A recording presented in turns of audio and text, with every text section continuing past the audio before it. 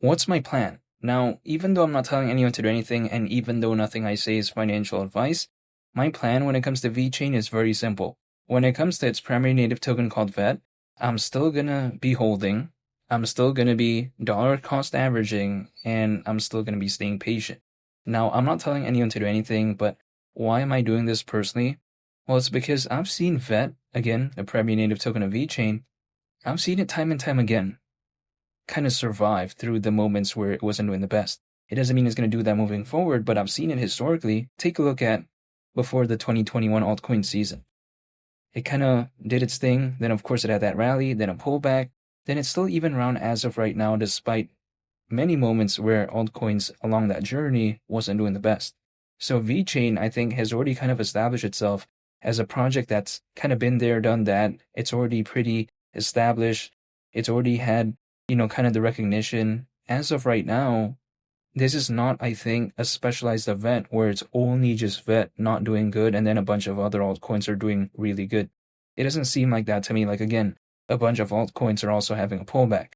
Sure, 30 cents when it comes to VET is around a 17x from here, but at the same time, a bunch of altcoins are not doing good. Many altcoins, compared to where they were back in December, back in January, or should I say December of 2024, let me correct myself there, and also January of this year, a lot of them are down, like hypothetically, over 80%, over 90%, all this type of stuff, right? So a bunch of altcoins are not doing good.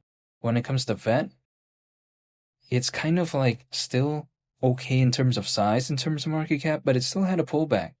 But during a time when the price isn't doing the best, what I do is I take a look at the fundamentals.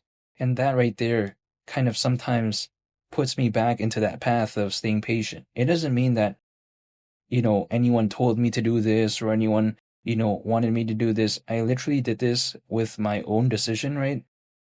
But then I decided to do it anyways. Now, why is that? It's because, first of all, I haven't seen an altcoin season, I think, during this cycle. But beyond that as well, my kind of perception is that when it comes to VeChain, I feel like it's focused on an evergreen market. What do I mean by this? I mean, we all know about evergreen content, right? I feel like VeChain, in my analogy, is kind of focused on an evergreen market. Why is that? Well, it's because it's not focused on a market that is too kind of cool or just trendy. It's focused on something, primarily speaking, in my perspective, called supply chain management.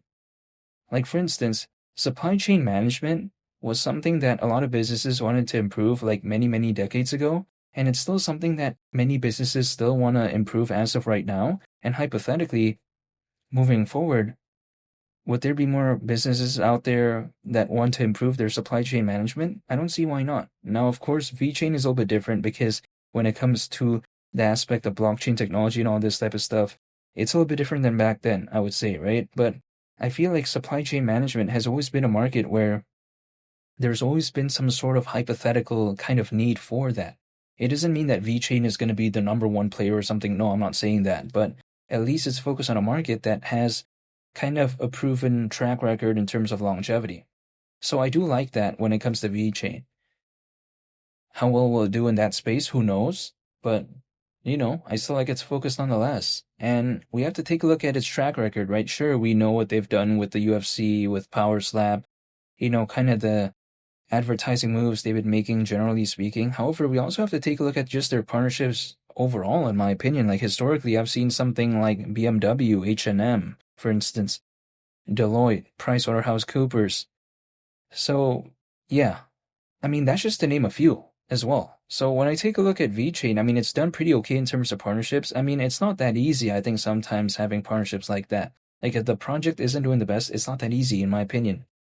So VeChain, it's been pretty okay. Like, it's done pretty, I think, decent things considering how it's not necessarily the biggest project out there and considering how it's not necessarily focused on the most popular market, but still, it's focused on a market which I think is not based on hype or trends because supply chain management, again, like, it is not such a trendy thing. Like, again, many businesses out there, in my perspective, might want to look for something that could improve their supply chain management. Now, even beyond that, though, my viewpoint is this as well. When it comes to blockchains, right, there's many blockchains out there. I'm totally aware of that. But sometimes what an enterprise wants is reliability, in some cases, in my opinion, because having a reliable kind of blockchain, I think, is sometimes crucial. But when we take a look at the VeChain Tor blockchain, is it the most popular? No. Does it have the best recognizability? No. Right? Is it the most interesting? I don't think so. But even despite all that, what is the it factor that I take a look at that? What is something that kind of stands out to me? It's that ever since 2018, keep in mind, we're in 2025 as of right now, right? Ever since 2018, supposedly, to my understanding, zero network outages when it comes to the VeChain Tor blockchain, again, ever since 2018. So let's just imagine that. 2019, 2020, 2021, again, we're in 2025 as of right now. We're kind of a little bit kind of close to 2026 at this point, but I'm saying so far, from what I can see, supposedly zero network outages. I just find that very kind of impressive, actually, considering the reliability. Now, it's not like the VeChain Tor blockchain had the most activity on it, right? I would say, arguably. But then still, that's very impressive, even despite that.